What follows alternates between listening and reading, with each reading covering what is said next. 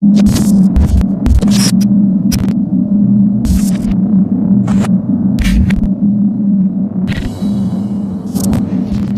guys, welcome to Master Plan Youth Online Service. Kalian semua apa kabar? Semoga tetap dalam keadaan baik dan sehat ya.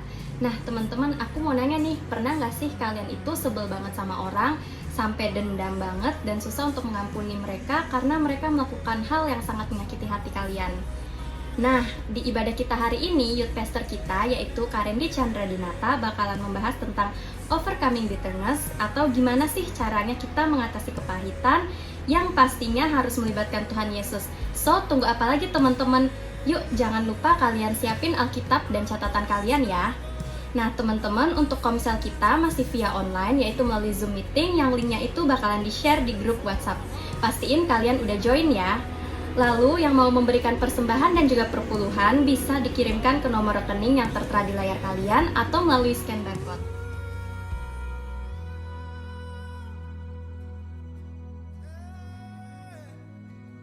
Lalu, untuk ibadah MP minggu depan bakalan dilayani oleh Pastor Christopher Tapiheru dengan tema Keeping Score or Losing Count. Pastikan kalian ikut ibadahnya ya. Nah, terakhir, nggak bosen-bosen nih kita untuk mau ingetin teman-teman semuanya untuk tetap stay at home kalau nggak urgent-urgent banget, dan juga selalu patuhi protokol kesehatan. Lalu buat teman-teman yang sedang terpapar COVID atau keluarganya mungkin, speed recovery ya buat kalian semua. Tetap semangat dan juga tetap di dalam Tuhan. God bless you guys, happy Sunday. Shalom teman-teman semua, apa kabarnya? Welcome to Master Plan Youth Online Service. So, gak berasa banget kita udah masuk bulan yang baru, yaitu bulan Februari. Dan aku mau ajak teman-teman semua untuk masuk bulan yang baru dengan hati yang baru, dengan hati yang tulus, dengan hati yang berkenan di mata Tuhan. So, ayo kita mulai ibadah kita hari ini. Siapkan hati kita, pikiran kita mau datang ke Tuhan. So, let's worship Him.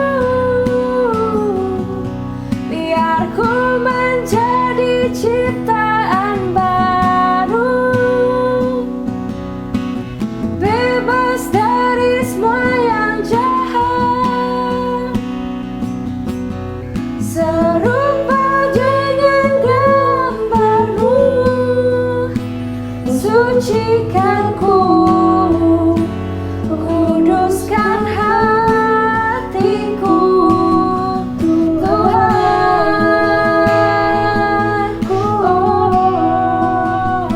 Kuduskan, sucikan ku, Tuhan, kuduskan hatiku.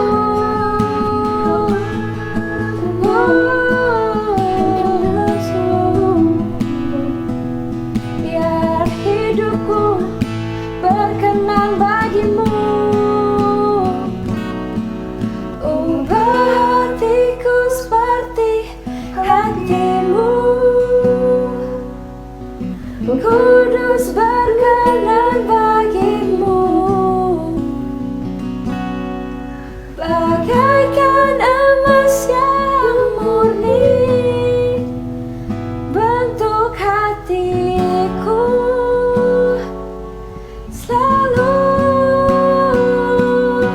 biar ku menjadi ciptaan baru,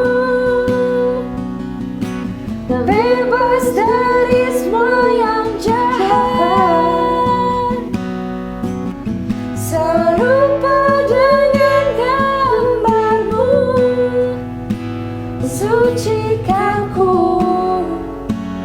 kuduskan hatiku, Tuhan.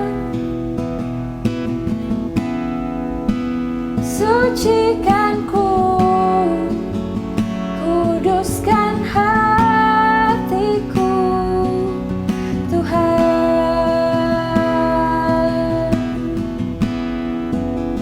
Sucikan ku, kuduskan hatiku, Tuhan.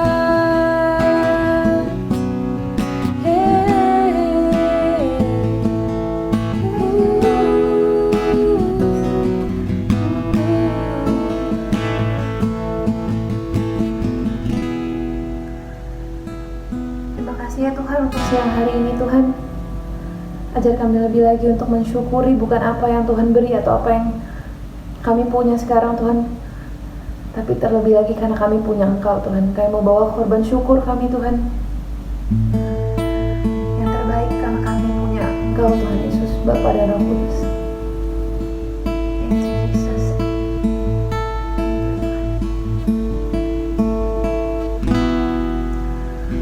Saat ku masuk hadiratmu,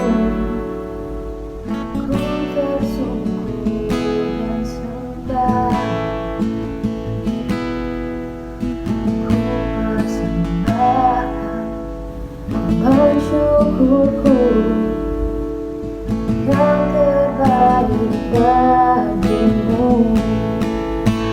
Ku bawa korban syukur ke tempat kudus-Mu Tuhan, karena hatiku limpah dengan syukur sebab Tuhan baik.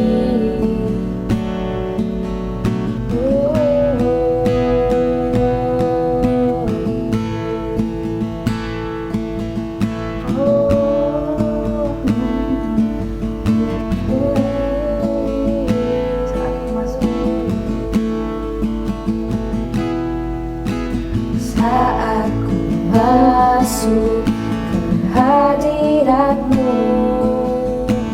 ku tersungkur dan sembah, ku persembahkan korban syukurku yang terbaik bagimu. Ku bawa korban syukur ke tempat kudus-Mu Tuhan, karena hatiku limpah dengan syukur sebab Tuhan baik.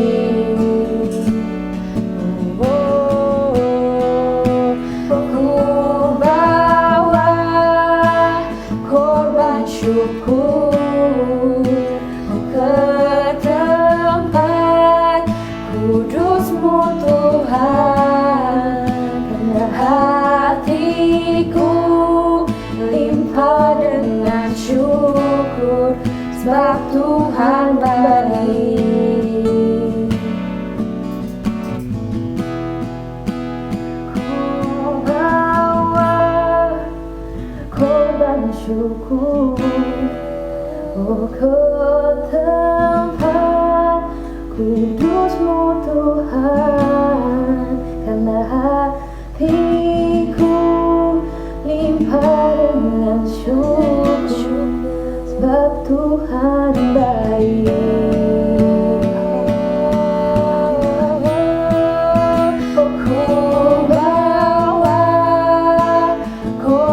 Syukur ke tempat kudus-Mu Tuhan, karena hatiku limpah dengan syukur, sebab Tuhan baik. Sebab Tuhan baik. Sebab Tuhan baik. Yes Tuhan, kami merayakan kebaikan-Mu Tuhan Yesus. Dan saat hari Tuhan kami akan melakukan perjamuan kudus dan juga akan mendengarkan kebenaran firman Tuhan. Berkati setiap hati ya Tuhan, juga Om Amos yang akan memimpin perjamuan kudus, juga Kak Randy yang akan membawakan firman-Mu Tuhan. Kami percaya nggak ada yang sia-sia Tuhan. Terima kasih untuk segala kebaikan-Mu, kami serahkan semuanya ke dalam tangan-Mu ya Tuhan Yesus. Bekerja luar biasa di dalam setiap hati kami Tuhan. Kami bersyukur punya Engkau Tuhan. Hanya di dalam nama Tuhan Yesus Kristus kami telah berdoa. Amin. Puji Tuhan, Shalom Fams. Puji Tuhan, kita masuki bulan yang kedua, bulan Februari 2022. Ini bulan katanya penuh dengan cinta kasih katanya. Bulan Valentine Day ya. Nah selalu saya mengatakan orang-orang muda, cinta yang sejati itu cinta dalam Tuhan Yesus. Karena kalau cinta manusia itu cuma cinta yang hanya sebatas penampilan lahiriah saja ya gitu. Makanya ada yang berkata kalau jatuh cinta masih masa muda itu biasanya cuma karena imut-imut makan semut sama lumut gitu ya. Tapi kalau cinta yang dari Tuhan itu cinta yang abadi, cinta yang unconditional love, cinta yang tanpa syarat. Dan kita bersyukur kita menjadi orang-orang percaya menerima kasih dari Tuhan. Dan kalau kita menerima perjamuan kudus nanti, kita diingatkan kasih Tuhan yang telah menyelamatkan kita, yang telah menerima kita apa adanya. Apapun kondisi saudara, mungkin saudara berkata saya adalah orang yang gagal, saya orang yang tertolak, mungkin saudara berkata saya anak muda yang kayaknya hidupku penuh dengan penderitaan ya. Ada lagu zaman dulu yang berkata hidupku yang sengsara, itu lagu jadul ya. Mungkin ada berkata hidup saya penuh dengan penderitaan, susah, saya orang yang dianggap ya tidak sukses dalam hidup. Saudara, apapun keberadaan kita, Tuhan mengasihi kita. Apapun latar belakang kita, Tuhan telah menyelamatkan kita. Mari kita persiapkan hati kita untuk menerima perjamuan kudus dalam doa. Bapa, kami percaya kasih Tuhan yang begitu luar biasa telah menyelamatkan kami. Kami yang seharusnya binasa, kami yang seharusnya terhilang. Tapi karena kasih Tuhan kami diselamatkan. Bapa, Kau persiapkan kami untuk menerima perjamuan kudus. Setiap roti dan anggur perjamuan kudus yang disiapkan oleh anak-anak-Mu Tuhan. Engkau kuduskan, layakkan. Setiap kami ketika menerimanya, kami diingatkan kasih Tuhan yang telah menyelamatkan kami, memulihkan kami, bahkan menyembuhkan kami. Dalam nama Tuhan Yesus kami siap terima perjamuan kudus dalam ibadah pada saat ini. Haleluya. Amin. Puji Tuhan. Mari saudara orang-orang muda, kita angkat roti di tangan kanan kita dan dengarkanlah firman Tuhan. Sebab apa yang telah kuteruskan kepadamu telah kuterima dari Tuhan. Yaitu bahwa Tuhan Yesus pada malam waktu ia diserahkan mengambil roti. Dan sudah itu mengucap syukur atasnya. Ia mecah-mecahkannya dan berkata, inilah tubuhku yang diserahkan bagi kamu. Perbuatlah ini menjadi peringatan akan aku. Saudara orang-orang muda, percayakah? Oleh karena tubuh Kristus yang terpecah-pecah di atas kayu salib, kita mendapatkan pengampunan dosa dan memiliki hidup bersama dengan Dia untuk selama-lamanya. Saudara yang percaya katakan amin. Puji Tuhan. Mari kita mengucap syukur saat untuk tubuh Kristus. Katakan Tuhan terima kasih. Terima kasih Bapak. Mari kita makan bersama-sama dalam iman kita. Dalam nama Tuhan Yesus Kristus.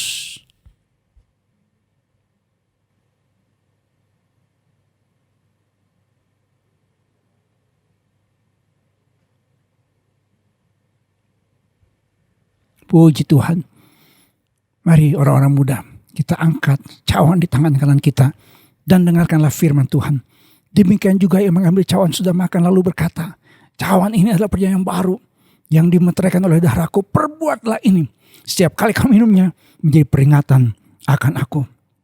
Saudara orang muda, Percayakan saudara, oleh karena darah Kristus yang tercurah di atas kayu salib, seluruh dosa kita telah disucikan oleh darah yang kudus, sehingga kita menjadi ahli waris dari kerajaan sorga. Saudara yang percaya katakan amin. Puji Tuhan. Mari kita mengucap syukur untuk darah Kristus. Terima kasih Tuhan. Terima kasih. Terima kasih Tuhan. Mari kita minumnya bersama-sama dalam iman, dalam nama Tuhan Yesus Kristus. Puji Tuhan. Puji Tuhan. Mari orang-orang muda dimanapun saudara berada, angkat tangan saudara, mengucap syukur. Berkata terima kasih Tuhan untuk kasih-Mu, untuk pengorbananmu, untuk kayu salib yang telah menyelamatkan kita. Terima kasih Bapa, Engkau telah menyelamatkan kami. Engkau telah menebus kami. Engkau telah memulihkan hubungan kami dengan Bapa di sorga, sehingga kami memiliki hidup yang kekal bersama dengan Engkau. Kami memiliki jaminan keselamatan. Kami memiliki status sebagai anak-anak Allah. Kami sebagai orang-orang yang telah menerima kasih yang kekal itu. Biarlah kami menjadi orang-orang muda yang mengasihi Tuhan, yang meresponi kasih Tuhan dengan mempersembahkan hidup kami kepada Tuhan sebagai persembahan yang hidup kudus berkenan kepada Tuhan. Itu menjadi ibadah kami yang sejati. Terima kasih Bapa. Menteraikan perjamuan kudus ini dalam nama Tuhan Yesus Kristus kami berdoa dan percaya. Yang percaya katakan bersama dengan saya, amin. Tuhan memberkati. Shalom anak-anak Master Plan Youth. Apa kabar? Senang sekali Kak Randy pada kesempatan kali ini kembali diberikan kesempatan untuk menyapa teman-teman sekalian dan membagikan kebenaran firman Tuhan di online service Master Plan Youth kali ini. Gimana kabarnya teman-teman? Kita menemukan kondisi hari ini bahwa angka pandemi itu terus meningkat. Dan Kak Randy terus berdoa, berharap teman-teman ada dalam keadaan yang baik, yang sehat, dilindungi oleh Tuhan. Teman-teman tetap jaga protokol kesehatan, di rumah aja kalau tidak ada kebutuhan yang mendesak. Nah, tapi kalaupun teman-teman merasakan ada gejala-gejala dari COVID-19, teman-teman jangan denial ya. Segeralah untuk lakukan tes, dan lewat tes itu teman-teman bisa tahu apa yang akan kita lakukan ya. Tentunya isolasi mandiri, minum obat-obatan, dan jangan panik, jangan takut, percayalah bahwa Tuhan sanggup untuk menyembuhkan. Tuhan sanggup untuk menjagai dan memulihkan keadaan teman-teman dan juga keluarga di rumah. Amin. Puji Tuhan teman-teman, pada kesempatan kali ini Kak Randy akan membawakan sebuah tema yang merupakan tema besar dari gereja kita di bulan Februari, yaitu bicara tentang forgiveness atau pengampunan. Wow, pengampunan ini adalah satu tema yang mudah untuk dikhotbahkan. Tidak sulit ya untuk kita mendengarkan khotbah tentang pengampunan. Namun yang seringkali menjadi masalah adalah ketika kita harus menghidupi pengampunan tersebut. Harus membagikan pengampunan tersebut kepada orang-orang di sekitar kita. Nah, itu yang butuh effort, itu yang butuh perjuangan teman-teman. Ya, makanya kita mau belajar sama-sama bagaimana mengampuni sebagai anak-anak muda teman-teman. Dan tentunya seperti biasa di tiap minggu kita ada tema-tema khusus yang tentunya berhubungan dengan forgiveness. Dan khusus di minggu pertama ini Kak Randy akan membawakan sebuah tema yang berjudul Overcoming Bitterness. Overcoming Bitterness atau mengalahkan rasa pahit di dalam hati kita. Ya, kita belajar sama-sama teman-teman. Satu hal yang perlu kita ketahui terlebih dahulu adalah bahwa pengampunan itu merupakan sebuah hal yang esensi, sebuah hal yang mendasar ya, yang fundamental di dalam kehidupan kekristenan kita. Makanya nggak heran logo atau simbol dari kekristenan itu bukan 5 roti dan 2 ikan ya, yang melambangkan penyediaan atau pemeliharaan Tuhan dalam kehidupan kita. Atau juga lambangnya bukan burung merpati yang melambangkan Roh Kudus. Tapi ternyata yang menjadi lambang dari kekristenan itu salib, teman-teman. Ya, menarik. Mengapa salib menjadi lambang dari kekristenan? Karena di kayu salib kita menemukan bahwa Tuhan yang kita sembah adalah Tuhan yang menyatakan kasih dan pengampunannya. Lewat kematian Kristus di kayu salib, Kristus menyatakan kasih dan pengampunan bagi semua orang, semua manusia, teman-teman. Ya, jadi kita bersyukur kita punya salib Kristus, yang tadinya salib adalah lambang penghinaan, sesuatu yang memalukan ya, karena itu adalah hukuman bagi orang-orang jahat di zaman Romawi saat itu. diubah menjadi sesuatu yang indah, sesuatu yang mulia ketika Yesus tergantung di sana dan menunjukkan kasih dan pengampunannya bagi kita sekalian. Nah, teman-teman, ketika kita sudah mengenal dan mengalami sendiri kasih Kristus, tapi pada kenyataannya memang tidak mudah untuk kita bisa menghidupi pengampunan tersebut. Apalagi jika orang-orang yang menyakiti kita, yang melukai kita itu adalah orang-orang yang dekat di hati kita. Kalau misalkan yang menyakiti kita, melukai kita itu adalah orang-orang yang jauh dari kita, ya kita nggak kenal, mungkin netizen yang nyinyir di Instagram kita, mungkin kita akan anggap angin lalu. Mungkin sebentar kita kesel, habis itu tahu-tahu lupa, teman-teman. Tapi bagaimana jika yang menyakiti kita dan melukai kita adalah orang-orang terdekat kita? Misalkan keluarga kita sendiri, papa mama kita, lewat sikap, perilaku, perkataannya bisa banget untuk melukai dan menyakiti kita. Walaupun mungkin itu tidak disengaja, teman-teman. Sulit bagi kita mungkin untuk mengampuninya, apalagi melupakannya.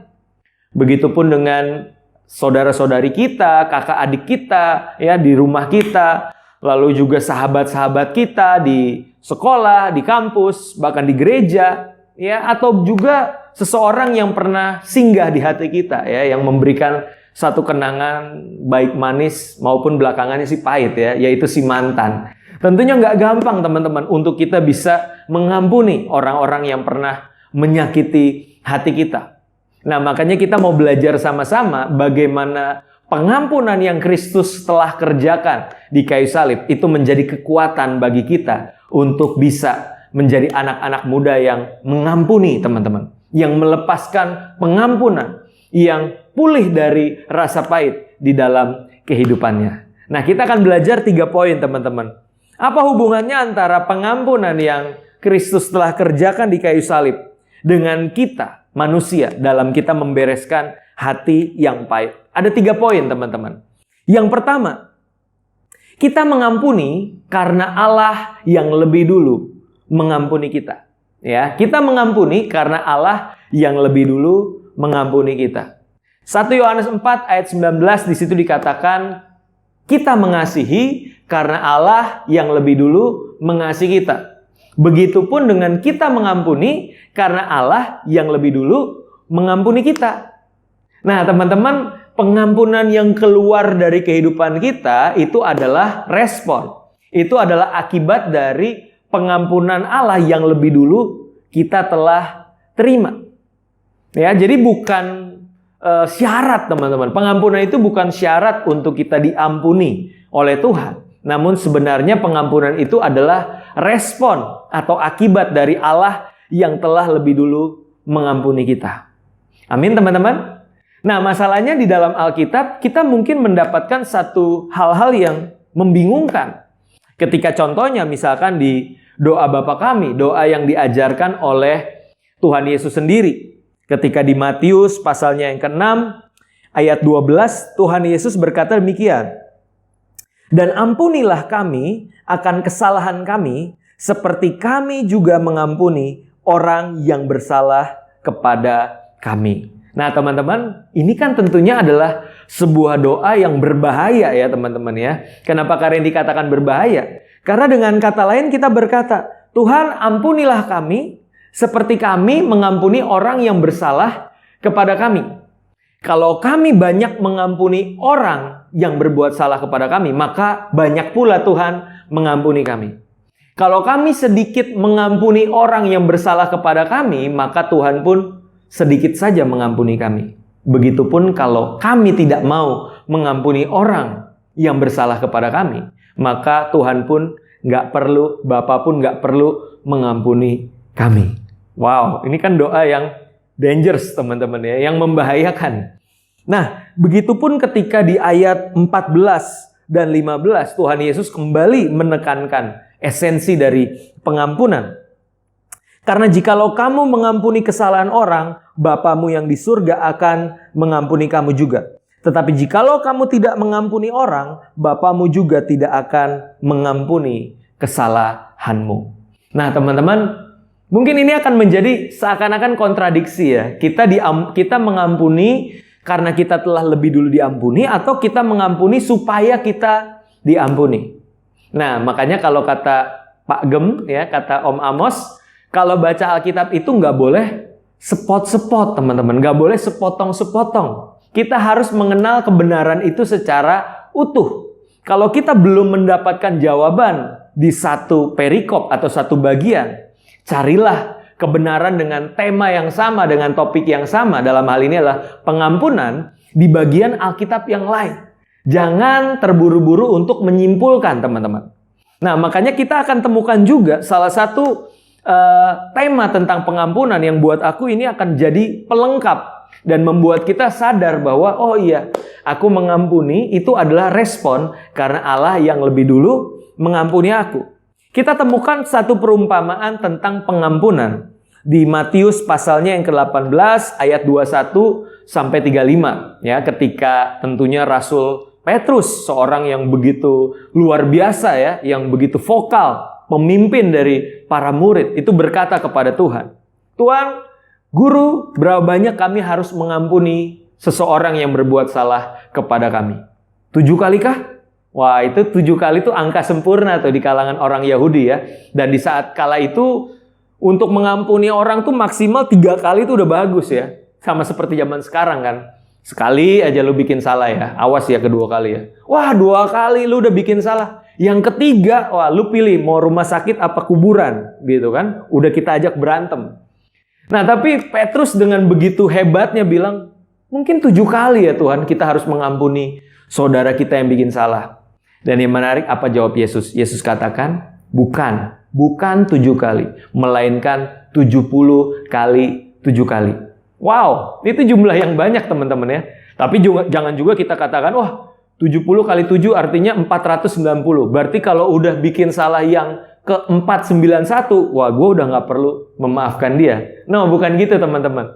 Artinya pengampunan yang kita bagikan itulah pengampunan yang tidak terbatas. Sama seperti Bapa yang terus-menerus mengampuni dosa dan kesalahan kita, teman-teman. Nah, selanjutnya dari percakapan Yesus dengan Petrus, maka masuklah di dalam perumpamaan yang Yesus berikan.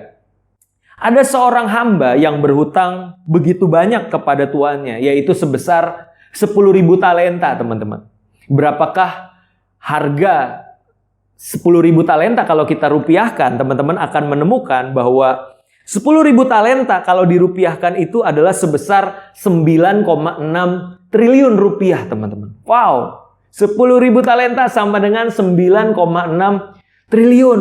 Bukankah itu sebuah angka yang fantastis, yang tidak mungkin dibayarkan oleh si hamba ini? Namun oleh karena belas kasihan, oleh karena kemurahan hati sang tuan, maka sang tuan melunasi semua hutang dari hamba ini. Udah, lu nggak perlu bayar, ya. Lu nggak mungkin sanggup bayar, makanya gue lunasin aja deh, ya. Karena gue mengasihi lu, karena gue berbelas kasih sama lu. Wah, betapa senangnya, betapa berbahagianya hamba ini, teman-teman, ketika hutangnya yang 9,6 triliun ini dilunasi. Namun yang terjadi adalah ketika si hamba sedang pulang ke rumahnya, dia berjumpa dengan sesama hamba di tengah jalan. Hamba yang satu lagi ini berhutang kepadanya sebesar 100 dinar. Nah, berapakah 100 dinar kalau dirupiahkan? 100 dinar itu dirupiahkan menjadi 30 juta rupiah, teman-teman. Nah, mungkin teman-teman berkata, ya 30 juta itu lumayan, Kak, bukan angka yang sedikit. Memang. Tapi kalau 30 juta rupiah dibandingkan dengan 9,6 triliun, tentunya nggak ada apa-apanya, teman-teman. Nggak sebanding sama sekali. Tapi apa yang terjadi? Sesama hamba tadi yang berhutang 100 dinar itu dicekek dan dia katakan, lu bayar nggak utang lu? Kalau nggak, gue lempar lu ke penjara. Dan ketika si hamba itu bilang, kasih aku kesempatan teman, kasih aku kesempatan sahabat untuk aku kumpulin uang, lalu aku bisa bayar 100 dinarnya. Tapi kata si hamba ini bilang, enggak, lu bayar sekarang atau enggak, lu gue lempar ke penjara. Dan yang terjadi seperti itu, teman-teman. Si hamba ini melemparkan sesamanya ke dalam penjara cuma karena 100 dinar. Nah, ketika sang tuan mendengar akan kejahatan hati si hamba ini, maka marahlah tuannya. Dan tuannya bilang, dasar hamba yang tidak tahu diri. Hamba yang tidak tahu diri. Ketika dia sudah diampuni sedemikian banyak, dia dilunasi hutangnya 9,6 triliun. Tapi dia malah menagih yang punya 100 dinar hutang dan bahkan melemparkannya ke dalam penjara. Nah teman-teman, mengapa si tuan ini marah? Karena si hamba ini udah lebih dulu diampunin teman-teman. Oke, jadi jelas ya teman-teman bahwa kita mengampuni karena Allah lah yang lebih dulu mengampuni kita. Kalau kita sudah sedemikian rupa diampuni oleh Tuhan, yang tidak terbayarkan itu hutang kita, maka maukah kita belajar untuk mengampuni orang-orang yang mungkin berbuat salah kepada kita? Oke, nggak sedikit memang, 30 juta itu lumayan ya dibandingkan 9,6 triliun tadi ya. Tapi ayo belajar sama-sama teman-teman. Kalau Tuhan udah begitu mengasihi dan mengampuni kita, yuk bagikan itu juga kepada orang-orang di sekitar kita. Kita mengasihi karena Allah yang lebih dulu mengasihi kita. Kita mengampuni karena Allah yang lebih dulu mengampuni kita. Dan ternyata teman-teman, Tuhan Yesus bukan cuma mengajarkan tentang pengampunan. Namun justru kita bisa bersyukur, kita bisa bersuka cita karena Tuhan yang kita sembah pun pernah merasakan yang namanya dilukai, pernah tahu rasanya dikecewakan. Tapi di atas kayu salib, teman-teman, Tuhan bukan cuma mengajarkan tentang pengampunan, tapi dia juga menghidupi pengampunan tersebut ketika Yesus berkata, "Bapa, ampunilah mereka, sebab mereka tidak tahu apa yang mereka perbuat." Wow, teman-teman. Kita bisa berharap kepada Yesus, kita bisa look up kepada Yesus. Ketika kita dikecewakan, kita dilukai, ingatlah baik-baik bahwa Yesus pernah terlebih dahulu merasakan dan mengalaminya. Dan percayalah bahwa Tuhan yang telah lebih dulu mengampuni kita, sehingga kita pun bisa mengampuni sesama kita. Amin teman-teman. Itu yang pertama, kita mengampuni karena Allah lebih dulu mengampuni kita. Yang kedua, kita mengampuni mungkin bukan karena orang tersebut layak menerima pengampunan kita. Namun kita mengampuni itu demi kebaikan kita sendiri, teman-teman. Kalau misalkan alasan yang paling mendasar bagi kita, yaitu Yesus mati di kayu salib sebagai alasan bagi kita untuk mengampuni, rasanya masih berat bagi kita. Mungkin kita belajar dari level yang lebih rendah dulu, teman-teman. Ya, karena aku percaya pengampunan yang Kristus kerjakan itu alasan tertinggi, alasan termulia bagi seseorang untuk mengampuni. Tapi ada alasan-alasan yang cukup masuk akal bagi kita untuk kita belajar mengampuni. Salah satunya adalah demi kebaikan kita sendiri, bukan karena orang tersebut layak untuk menerima pengampunan, ya. Ada satu quotes dari seorang yang bagi saya sangat luar biasa ya, yang bernama Nelson Mandela. Dia ini seorang mantan presiden Afrika Selatan yang sepanjang hidupnya itu mengalami banyak diskriminasi oleh karena perbedaan warna kulit. Dan sangat mungkin bagi seorang Nelson Mandela untuk mengalami kekecewaan, kepahitan, ya, kebencian oleh karena orang-orang yang membenci dia karena perbedaan warna kulit tadi. Namun yang menarik adalah Nelson Mandela pernah berkata seperti ini. Kebencian adalah seperti kita meminum racun dan berharap musuhmu yang terbunuh. Ya, kebencian itu ibarat kita minum racun tapi berharap orang lain yang terbunuh. Bisa nggak teman-teman? Ya nggak bisa lah. Kalau kita minum racun, yang mati terbunuh itu kita. Musuh kita ya ketawa-tawa aja. Santai-santai aja, kitanya yang menderita, kitanya yang justru mati oleh karena kebencian itu, teman-teman. Ya, nggak ada faedahnya, nggak ada manfaatnya untuk kita membenci orang lain, teman-teman. Yang ada kita malah semakin terluka, kita akan semakin kecewa, kita akan semakin sulit untuk memperoleh ketenangan dan juga kebahagiaan, teman-teman. Ya, percaya nggak sih bahwa ketika kita menyimpan kebencian di dalam hati kita, sulit bagi kita untuk berbahagia, teman-teman. Lagi makan enak, ya kan? Di restoran yang mahal, makanan yang mewah sekalipun. Tapi kalau kita terlintas wajah dari orang yang kita benci, makanan yang enak itu jadi enak, teman-teman ya. Jadi kayaknya, nggak selera lagi untuk makan. Begitupun kalau kita lagi bercanda, ngobrol, lagi have fun sama teman-teman, lalu keingat oleh orang yang menyakiti hati kita, tiba-tiba mood kita bisa berubah. Kita jadi sedih, kita jadi marah, dan sebagainya teman-teman. Kita sulit merasakan kedamaian, ketenangan, dan kebahagiaan kalau kita menyimpan kebencian dan kepahitan, teman-teman. Bahkan penyakit itu bisa datang loh dari kebencian dan kepahitan. Ya, berapa banyak kita temukan orang-orang yang mengalami sakit penyakit, walaupun memang tidak 100% karena kebencian dan kepahitan. Tapi ada beberapa orang yang karena kebencian dan kepahitannya justru itu menjadi sarang dari penyakit, teman-teman. Di dalam kehidupannya, penyakit fisik. Nah, makanya teman-teman, ayo kita belajar untuk mengampuni. Karena tidak ada faedahnya bagi kita. Yang ada kita akan semakin sakit, dan sakit. Bukan cuma sakit secara rohani, tapi juga secara jasmani, teman-teman. Yuk belajar untuk mengampuni. Karena Tuhan lebih dulu mengampuni kita. Dan mengampuni itu pun demi kebaikan kita, teman-teman. Ya. Dan satu hal juga, teman-teman, saya menemukan di dalam pengalaman kehidupan saya bahwa banyak anak Tuhan, anak-anak mudanya Tuhan, itu harusnya bisa dipakai Tuhan secara luar biasa. Mereka bisa menggenapi panggilan Allah yang dahsyat di masa mudanya.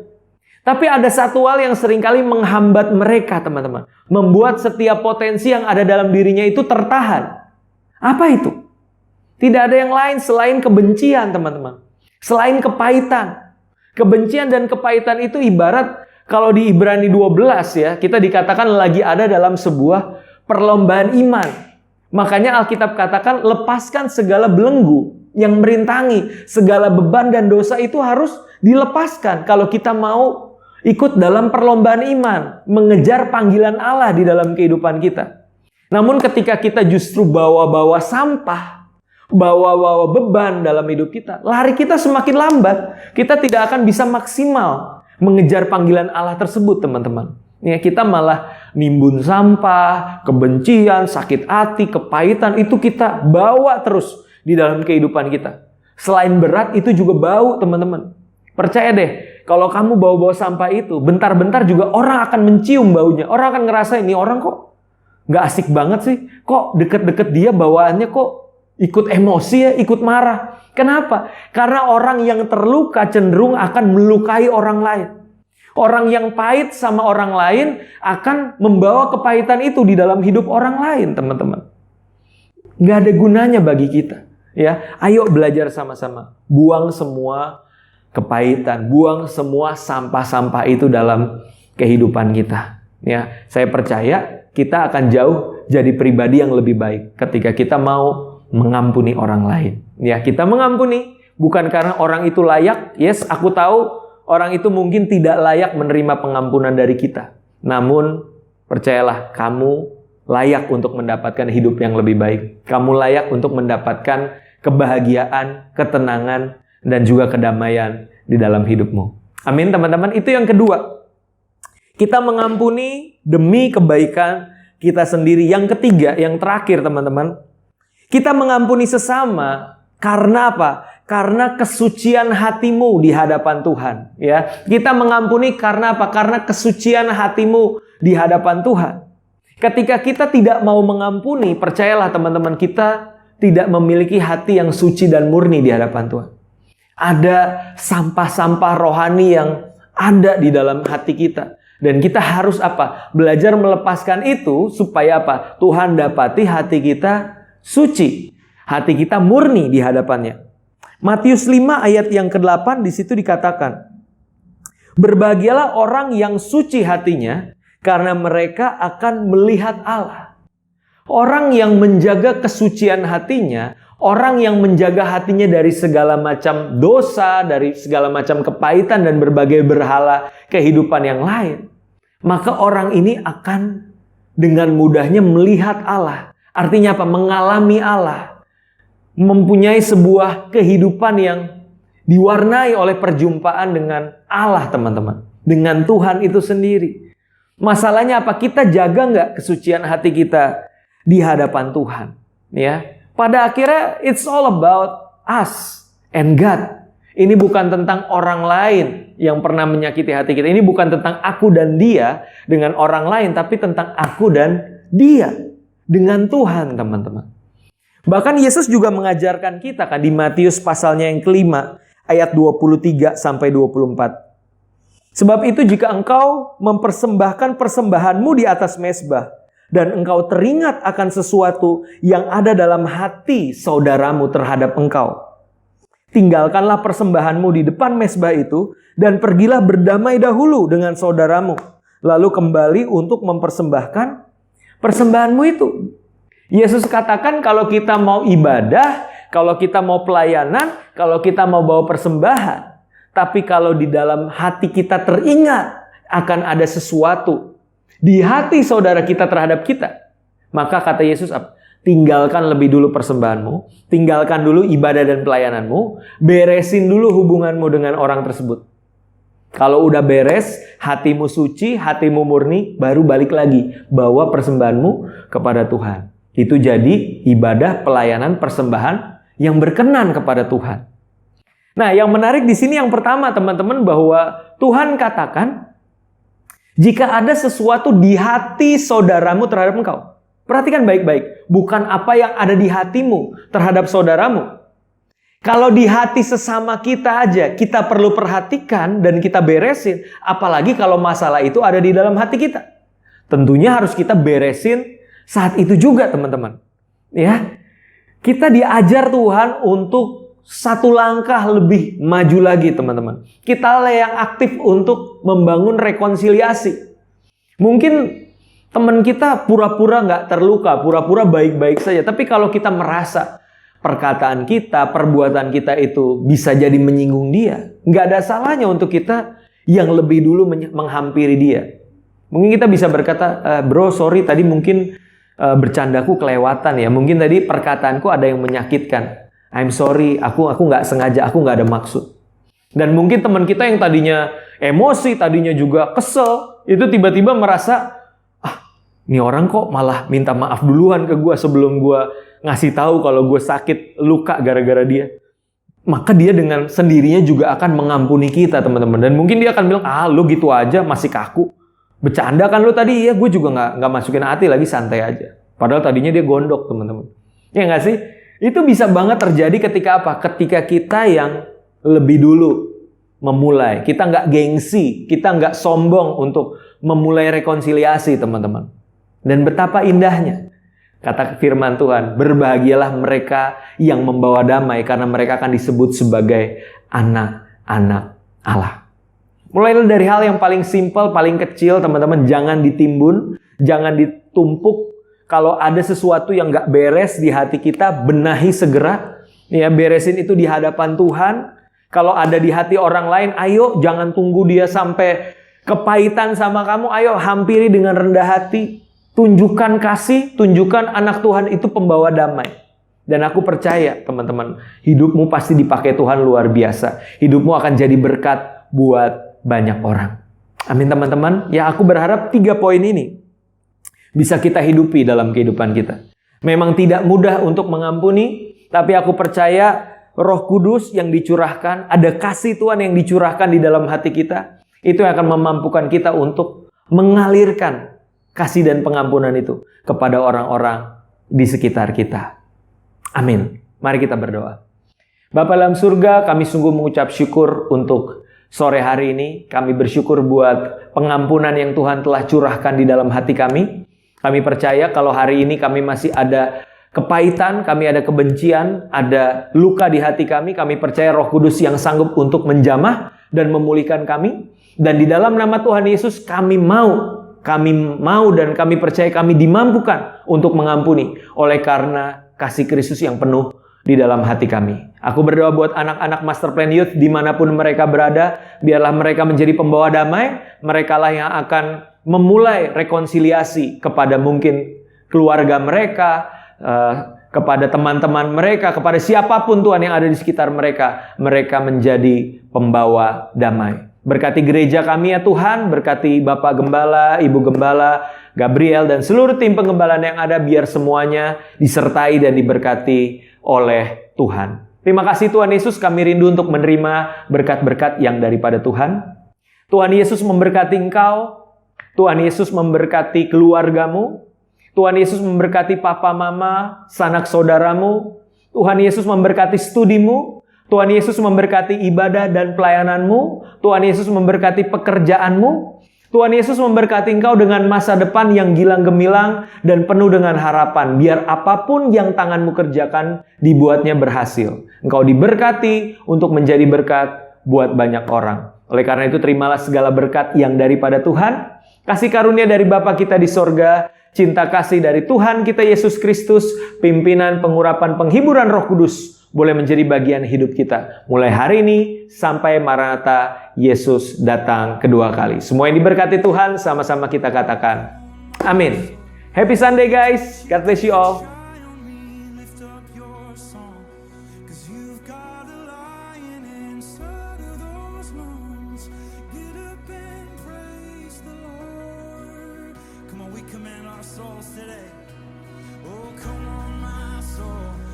Don't you get shy on me, lift up your song, 'cause you've got a light.